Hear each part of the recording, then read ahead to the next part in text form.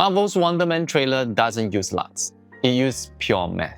And I'm going to show you the exact 9-step system that recreated with zero bending and zero artifacts. But first, I need to thank two people. David Vazio from Italy, thank you so much for your support and happy that you enjoy our tool. And Jeremiah from Finland, you stress test the system and found a color space bug that we completely fixed in version 4.5.4. Now it works perfectly in DaVinci Wide Gamut and even in raw color space without introducing any issues. Here's the problem that most people hit. You add saturation to make colors pop, but the image gets brighter instead of denser. And that's the fundamental flaw with digital color grading. Film doesn't work that way. Film is subtractive. More colors equals to more density equals to darker, richer image. So first thing we do is to set up our color space transform in DaVinci Resolve. This prevents bending from the very start. Step 2, we just dial a little bit of global saturation on the color slider, so we bring the image to life first. Step 3 is the color mixer. This is where we set the tone and shift the digital vibe into a filmic look. Look at the Wonder Man frame. You have gotten a neon sign, you have set design with red color and cyan contrast. They purposely created this color palette. So we are going for the teal and pink kind of separation. So we go to the blue channel, green slider, and increase the value.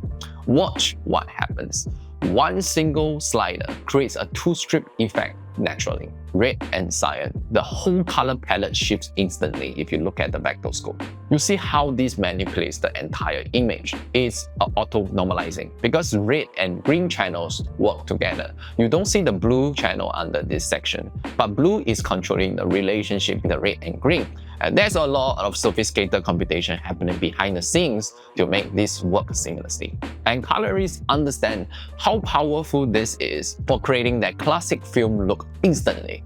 So now we have got the 2-strip separation established. The image looks significantly different from we begin. Now here is where density changes everything. Step 4 is the movie density slider. This is the counterintuitive move that makes colors rich without brightening the image. Film is subtractive. As you add color to make it more rich, it gets more dense. It sounds very contradictory, right? Richer in color, but darker in the image. But that's exactly how film dye works. So watch this. If I reduce the density value, look at how the colors get richer, but the image doesn't get brighter. This one single slider creates the color palette you dream of. Lower the density, it gets denser. Raise it, you get lighter color depth.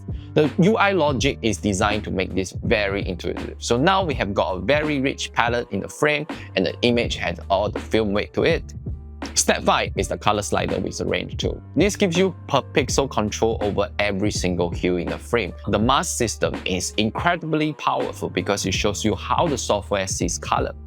Our eyes might see a box as blue or yellow, but the software interprets it very differently. So the mask is actually the eye of the software, and the range changes how we tell the software what they should see. So you have absolute control over every single pixel and color. That is a crazy system out there. Let's manipulate the reds. We increase the red hue, shift it around. Now look at the yellows. We can increase yellow saturation, but we don't want to affect the skin tone too much. So I can push the yellows in the background. So we change how the software sees the color. Look at the blues. I can increase the blue section and make the blues that weren't very strong before to become stronger. The box color shifts as the palette becomes richer. And remember, this is an 8-bit trailer still. We are doing all this manipulation with zero bending. That's the power of 32-bit float math that's behind the hood of our powerful engine. So step 6 is skin protection. This is critical because sometimes you add saturation and changes hue and things go off the skin tone line. But we have got the Skin Match AI.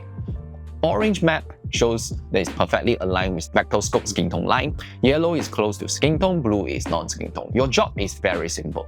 Just use the hue and density slider, making sure 90% of the face is covered by the orange mapping. You are done instantly.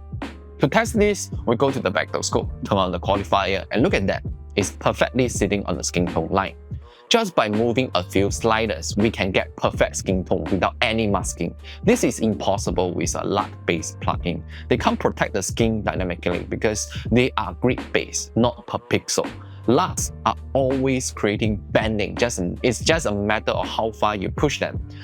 But we are working in a pure math, so there will be zero bending even if you are working on an 8-bit footage. And that brings the old machines and old cameras you have to light. 3 more steps to complete the Hollywood look. Step 7 is the film separation tool. This works on complementary color pairs: red and cyan, magenta and green, blue and yellow.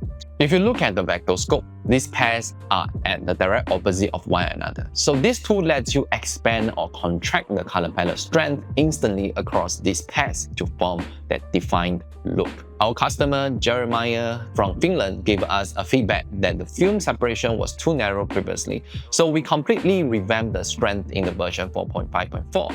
Now you have got a wider creative range. If the shots has too much red and cyan, I can reduce the separation. Notice how the image pulls towards the center, away from the red and cyan. If I want to add the magenta and green separation, I just expand it. Look at how things shift just by like that. Same with blue and yellow. I can manipulate the look instantly. This is a very holistic system that lets you create any strength or weaken any color palette in your image that you have previously done. You don't see this elsewhere in a few clicks, and we are there.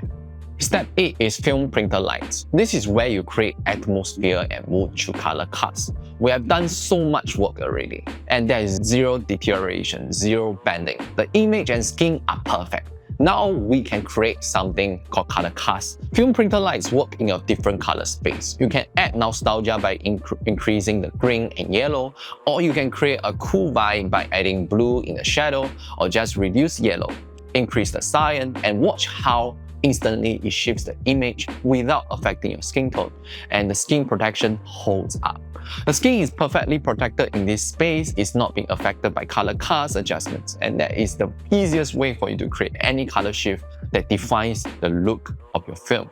So if you want to create a blue and cyan cast in the frame, it's simple. Just add cyan, reduce red. If you want warmth and a vintage vibe, reduce the blue to introduce yellow, increase the yellow to create the vibe.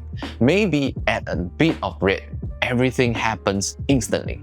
This is one of the most powerful creative tools in the suite, and you can do absolutely anything you want with the atmosphere and mood. This is insane. This is just, for true colorists, they understand the sole value of this tool. Step 9 is film fade. This is the tool adjustment.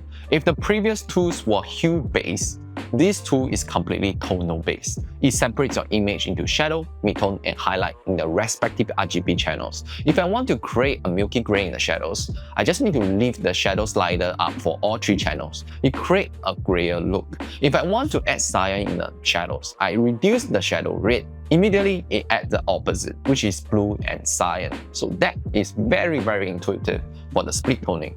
Now, let's save this. What we have done is a preset. I can call it Wonderman. Done. Let's test how robust this system is. I grabbed another shot from the trailer, applied the preset, boom. Zero bending, same look, completely consistent. Look at the comparison. This is the original from the trailer, and this is from our grade. Different tonality, different mood, but perfect skin and zero artifacts, even on an 8-bit image. 32-bit float math equals zero bending, even on 8-bit image. LUTs create bending because they are grid-based. Interpolation always happens. It's not by per pixel, but we are working in pure math. So you are getting the Hollywood level results on any footage. If your client is doing any release in theater or on a big screen or even on streaming, bending results in instant rejection.